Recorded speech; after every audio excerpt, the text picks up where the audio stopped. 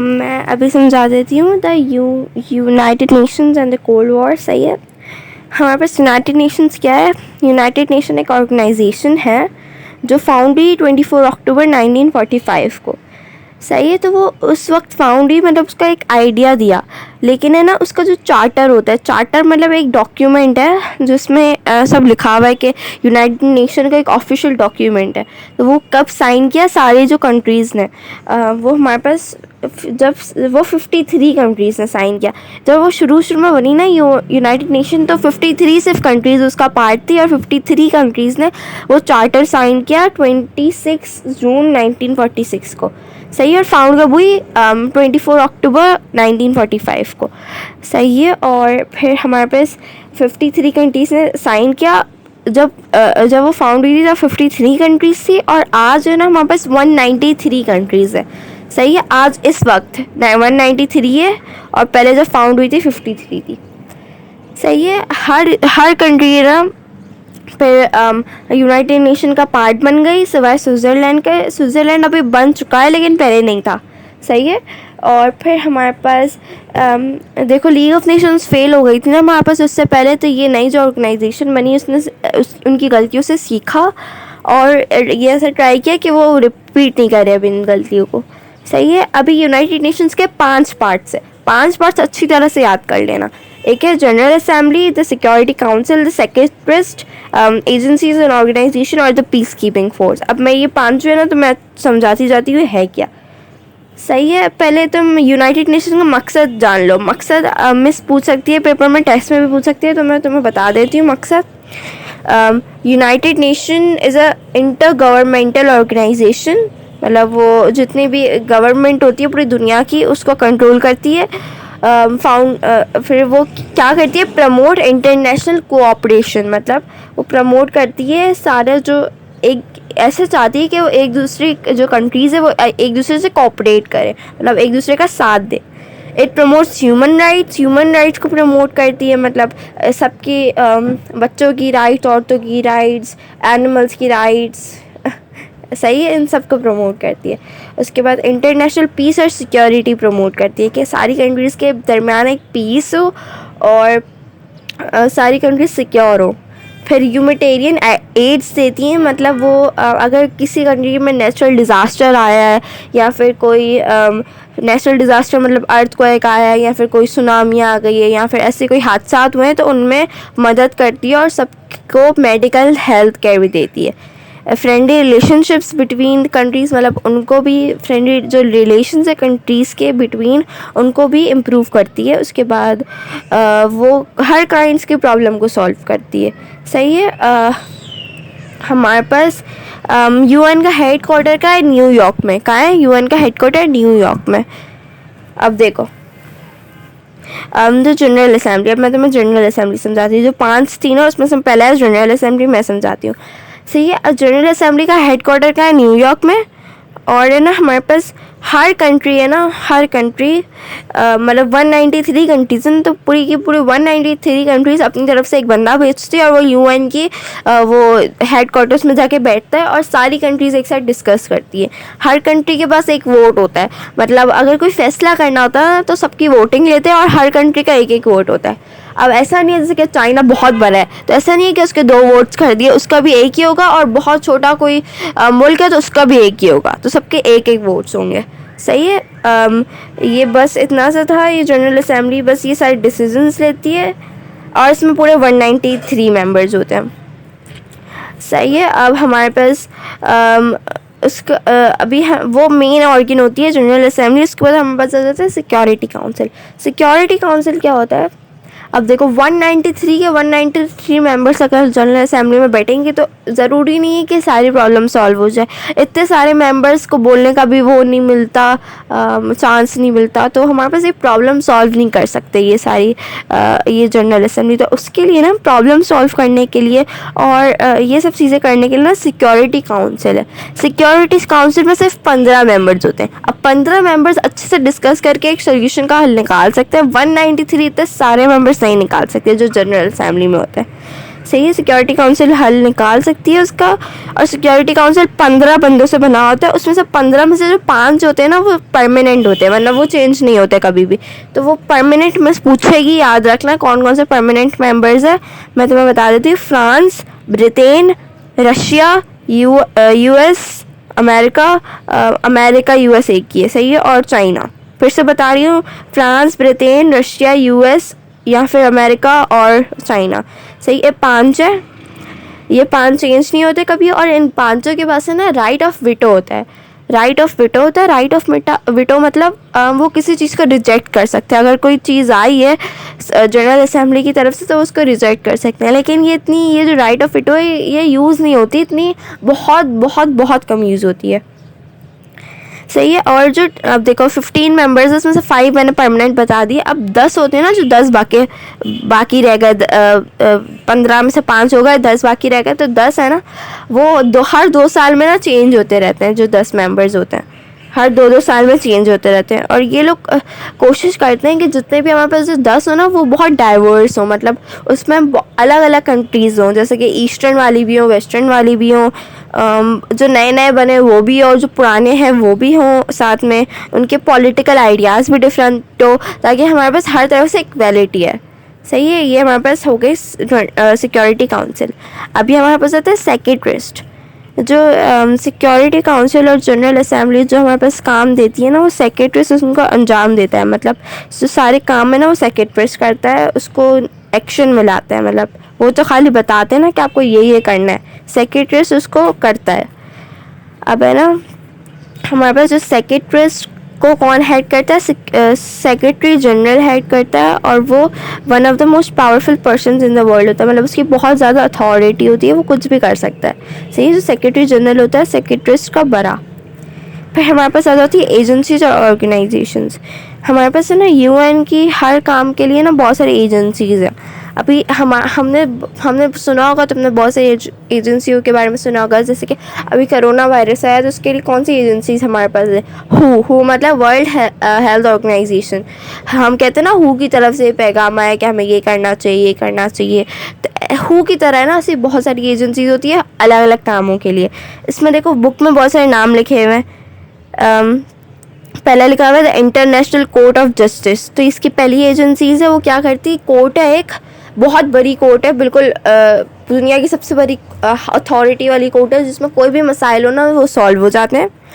फिर हमारे पास है द वर्ल्ड हेल्थ ऑर्गेनाइजेशन, जिसके बारे में अभी बता रही थी, जो हेल्थ के रिलेटेड मामलों को करती है, सही है। इसके देखो डेफिनेशन जिसके नामों के बाद ही लिखे हुए हैं, ये पेज नंबर 50 एजेंसीज और ऑर्गेनाइजेशन की जो एजेंसीज की ना डेफिनेशन लिखी हुई है वो याद कर लेना, अगर ये समझ लेना, सही है। तो international code of justice solve करता है प्रॉब्लम्स। वर्ल्ड हेल्थ ऑर्गेनाइजेशन हमारे पास हेल्थ के साथ वो करती है। और फिर हमारे पास फूड और एग्रीकल्चर ऑर्गेनाइजेशन है, जो हमारे पास फार्मिंग, फिश, मछलियों को पकड़ना, फिशरी और फॉरेस्ट्री, इन सब से वो करती है, सही है।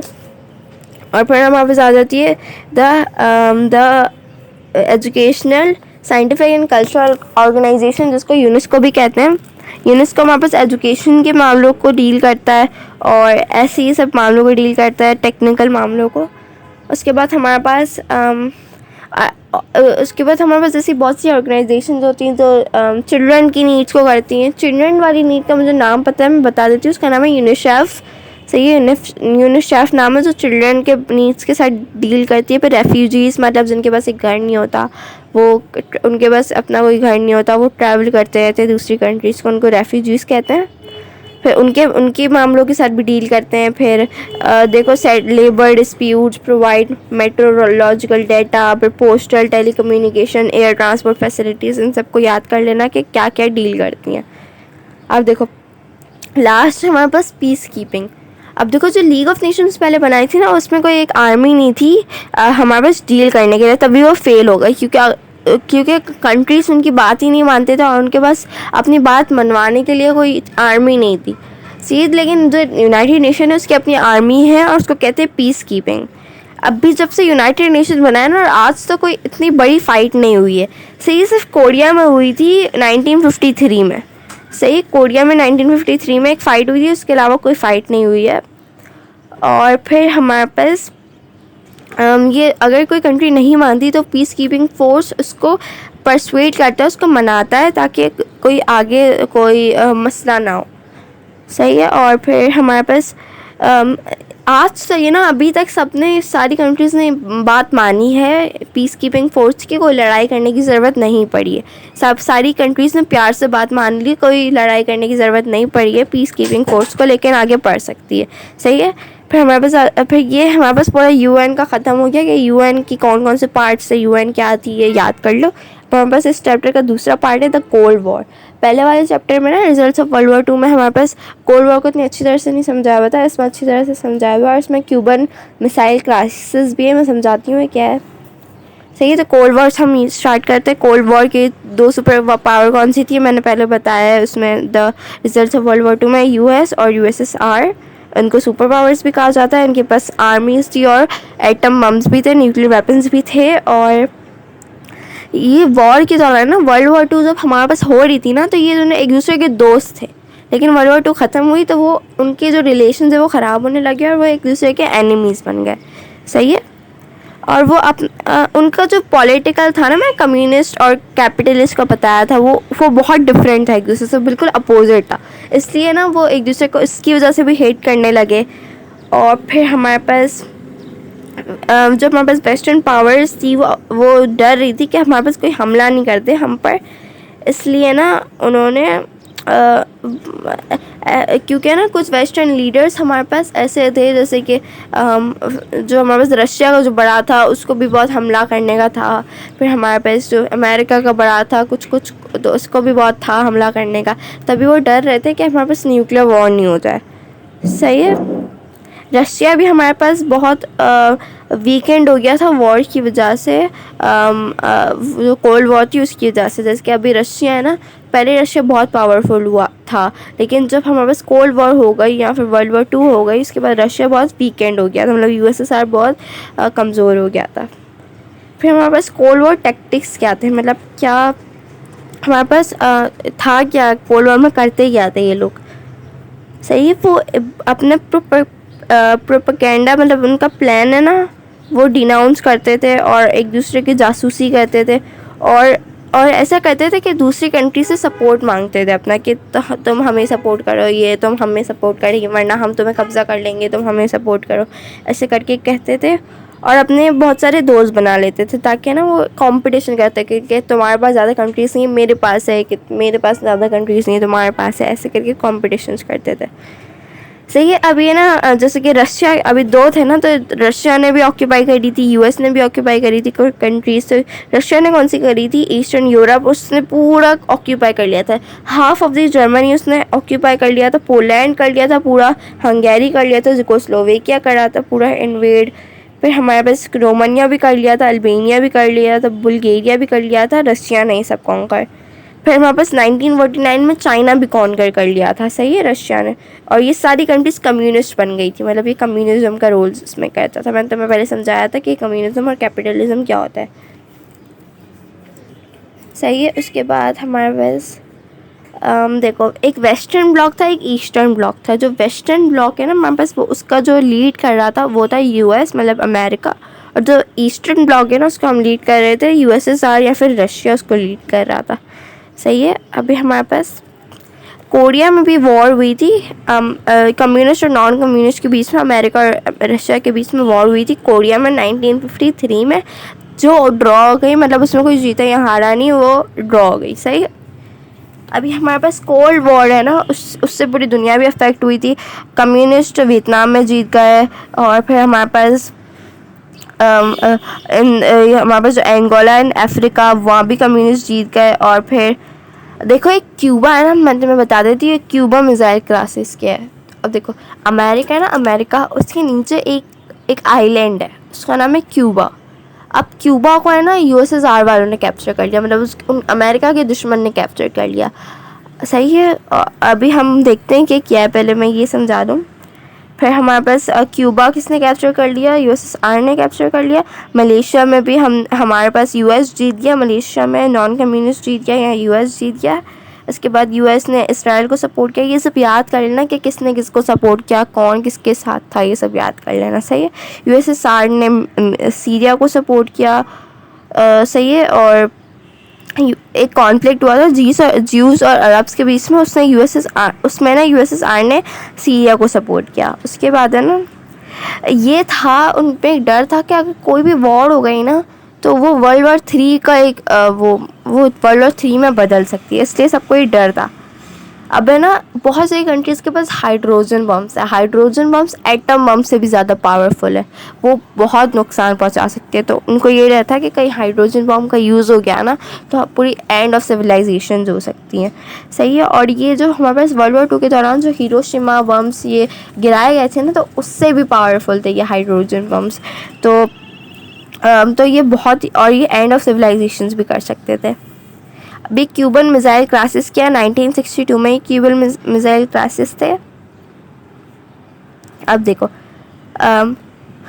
रशिया, अमेरिका और रशिया थे, सही है। अब ये ना रशिया के आसपास है ना हमारे पास अमेरिका के बहुत सारे कॉलोनीज़ थी, मतलब अमेरिका के बहुत सारे उसने जो कैप्चर कर रहे थे ना मुल्क, वो उसके आसपास से, और है ना उस सारे मुल्कों में ना उसके वेपन्स पड़े हुए थे, मतलब मिसाइल्स पड़े हुए थे। मिसाइल्स क्या होते हैं, जो नहीं रॉकेट की तरह होते हैं और फिर बम करके फट जाते हैं दूसरे कंट्री में जाके, बम होते हैं एक तरह के, सही है। और तो क्या क्या हमारे पास रशिया के आसपास है ना अमेरिका के मिसाइल बेसिस थे, मतलब उन जगह पर मिसाइल्स थे।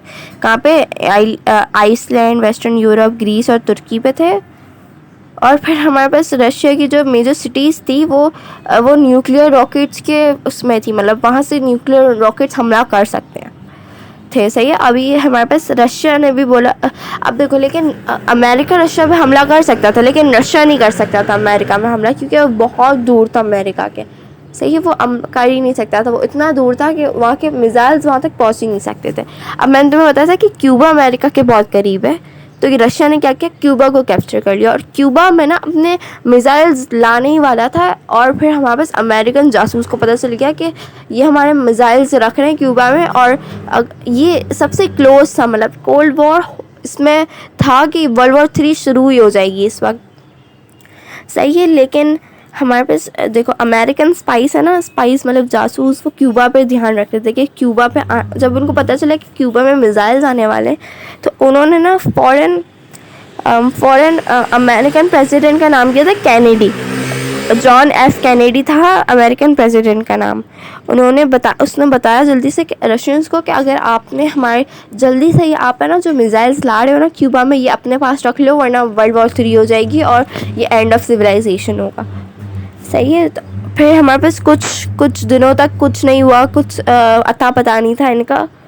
और फिर क्या हुआ, और ये जब टाइम चल रहा था ना ये क्यूबन मिसाइल क्राइसिस, सब पूरी दुनिया बहुत टेंशन में थी कि अगर ये लोग रख दिए क्यूबा में जाके मिसाइल्स, तो वर्ल्ड वॉर 3 हो जाएगी हमारे पास और ये एंड ऑफ सिविलाइजेशन होगा। लेकिन फिर क्या हुआ, सडनली बहुत अच्छी बात हो गई कि क्रुश्चेव जो हमारे पास सोवियत लीडर था, मतलब यूएसएसआर का जो हमारे पास प्रेसिडेंट था, उसने मना कर दिया। उसने बोला कि शिप्स को वापस भेजो, जो क्यूबा में जा रहे थे ना उसको वापस भेज दो। और फिर हमारे पास वर्ल्ड सुकून में आ गया, भाई चलो वर्ल्ड वॉर 3 टल गई। और फिर हमारे पास